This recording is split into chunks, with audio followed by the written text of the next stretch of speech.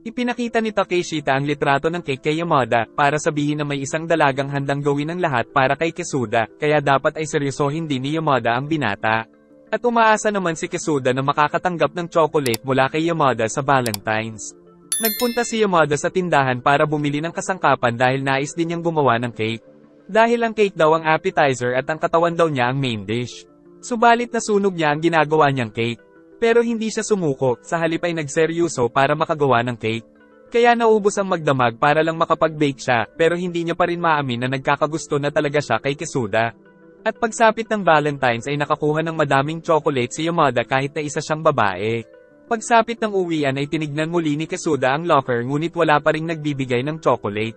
Samantala si Mayo naman ay pinipili kung anong cake ang ibibigay niya kay Kisuda. Kaya naglakas loob na siyang ibigay ang cake ngunit si Kazuki na naman ang nakasagot. Kaya hindi na nasabi ni Mayo na para kay Kisuda ang cake. Habang kinakain ng pamilya ang cake na bigay ni Mayo ay nagtataka si Kisuda dahil wala siyang natanggap kahit isa. Nang sa labas ay kinakabahan si Yamada kung ibibigay niya pa ang cake na ginawa niya. Kaya iniwan niya na lang ito sa mailbox. At nakita ito ng magkapatid na ang pangit ng pagkakagawa. Kaya pinakain nila ang iba sa mga isda pero kahit ang mga ito ay hindi din ito nagustuhan. Kinabukasan ay nagtanong si Kisuda kung kay Yamada nanggaling ang cupcake pero itinanggi ito ng dalaga. Pero nalaman niya mula kay Kisuda na kinain pa rin ito ng binata kahit nakakaiba ang lasa bilang pasasalamat sa nagbigay nito kaya kinilig ang dalaga. Itinanong din niya sa binata kung binigyan ba siya ng cake ni Mayo pero giit ni Kisuda na ang cake na binigay ni Mayo ay bilang pasasalamat lang sa mga mansanas na binigay niya dito. Habang natutulog ay napanaginipan ni Yamada ang Arrow God. Dahil pinapagalitan siya nito dahil sa mga palpak na pang-aakit sa hindi naman kagwapuhan na binata. Kaya nagbigay ito ng mga tips kung paano mas magiging kaakit-akit para sa mga kalalakihan. At paggising ay mataas ang energy niya. Dahil dito ay nag-focus ang dalaga habang nagpaplano kung paano aatakihin ang rambutan ni Kisuda. Kinabukasan ay nagkasipon si Misato dahil daw ginawa niya ang nabasa sa magazine na mas sexy ang babae pag hindi nagsusuot ng sapin sa pechay, kaya natulog daw siyang walang suot para maging sobrang sexy. Narinig ni Yamada ang usapan nila, kaya tinanggal niya rin ang sapin sa pechay para mas maging sexy daw siya. Tapos agad daw niyang dadakmain ng binata kapag tumayo si Mayor June. Subalit napakalakas naman ng hangin kaya napakalamig daw sa pakiramdam. Sa kakabado din siyang matuklasan ng mga tao ang sikreto niya, tapos hindi din siya mapakali dahil nakadikit daw sa pechay ang malamig na silya sa silid nila. Napansin ng binata na kakaiba ang kinikilos ni Yamada, at nang makita siya ni Takeshita ay sinapok siya nito sa loob ng CR dahil sa pinaggagawa sa buhay niya. Dahil giit ni Takeshita na matatakot lang daw sa kanya si Kisuda pag nakita na wala siyang suot na pantso. Ngunit hindi maintindihan ni Yamada kung bakit ganun. Kaya nang sila na lang dalawa sa library ay napakabilis at napakalakas ng tibok ng puso ng dalaga nang bigla niyang itanong sa binata kung gusto nito sa mga dalagang walang suot na pantso. Subalit walang ideya ang binata kung ano ang nangyayari, kaya hindi siya nakasagot ng matino. Kaya inisip ni Yamada na hindi nito gusto ng dalagang walang pantso, at dahil dito ay wala na siyang balak ipakita ang pechay niya sa binata. Kaya umuwi si Kisuda nang wala na namang nangyari. Pero muling bumalik si Kisuda nang aksidente niyang makita ang mahalimuyak na pechay ng dalaga. At dito ay labis na nahiya si Yamada dahil sa nangyari. Kaya pagsapit ng gabi ay labis siyang naiinis dahil tumakbo daw si Kisuda nang makita ang pechay niya. Samantalang ang binata ay tulala pa rin dahil sa nakita, subalit naisip niyang baka sinadya itong ipakita sa kanya ni Yamada kaya sinipag siyang mag-ehersisyo. Samantalang si Yamada naman ay ganadong pumasok sa school para magpakyut sa mga freshmen. Kaya kailangan niya na daw matapos makipag-boom-boom kay Kisuda para sa susunod niyang target. At maging ang kapatid ni Yamada na si Chika ay pinagtinginan din ng mga lalaking estudyante.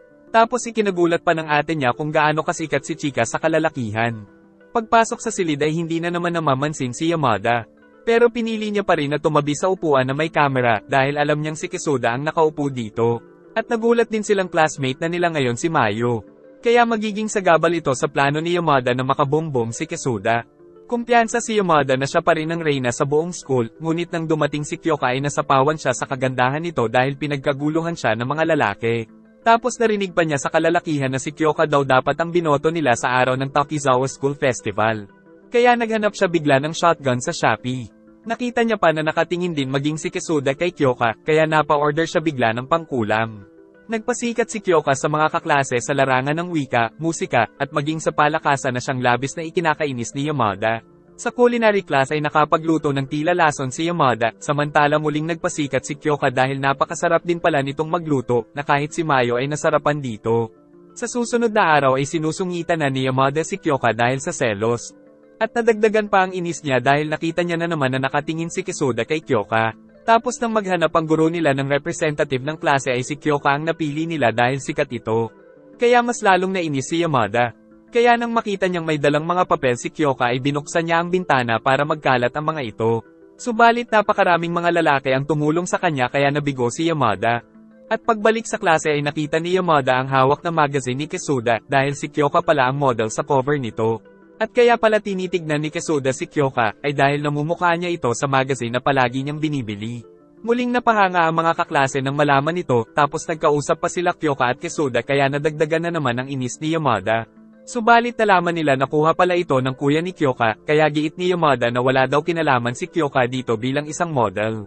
Narinig ito ni Kyoka kaya naman nag-init ang dugo niya kay Yamada. Dahil sa mga nalaman nila ay kumpiyansa na ulit si Yamada na makipag-boom-boom kay Kisuda.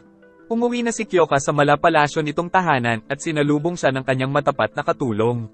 Tapos nagpunta si Kyoka sa tapat ng salamin para palakasin ang sarili na siya daw ang pinakamaganda at nararapat na campus queen at hindi si Yamada. Kaya naman naisip niyang kunin ang lahat ng mga bagay na mahahalaga kay Yamada dahil nais niya itong makita na umiiyak. Ngunit nang tawagin siya ng kanyang katulong ay nagiging mahinhin ulit ang kilos ng mapanlinlang na si Kyoka. Dahil nasanay pala siyang laging siya ang bida at kinagigiliwan ng mga tao sa paligid, kaya hindi niya matanggap na hindi siya ang nangunguna sa lahat ng mga bagay na nais niya. Dahil dito ay nais niyang malaman kung sino ang kasintahan ni Yamada para agawin ito at mapatunayan na siya ang pinakamaganda. Tapos nang dumating na naman ang katulong ay naging mahinhin ulit ang bruha. Sa klase ay nais na naman magyaya ni Kisuda ng date kay Yamada.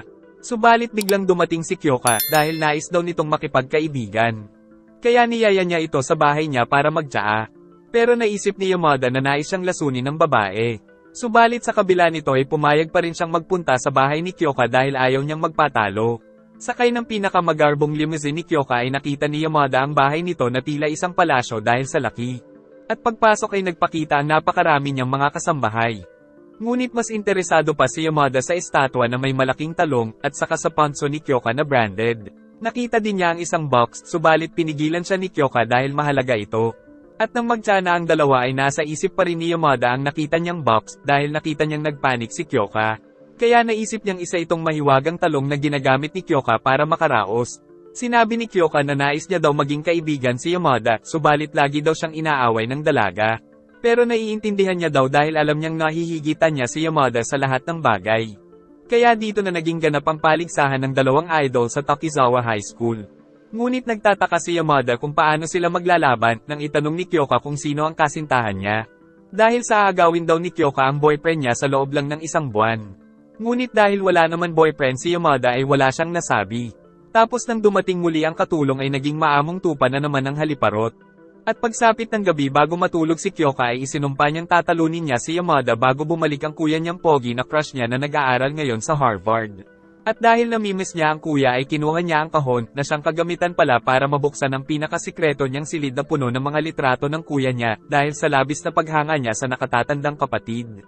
Subalit giit ng katulong na mali ang ganitong pag-ibig.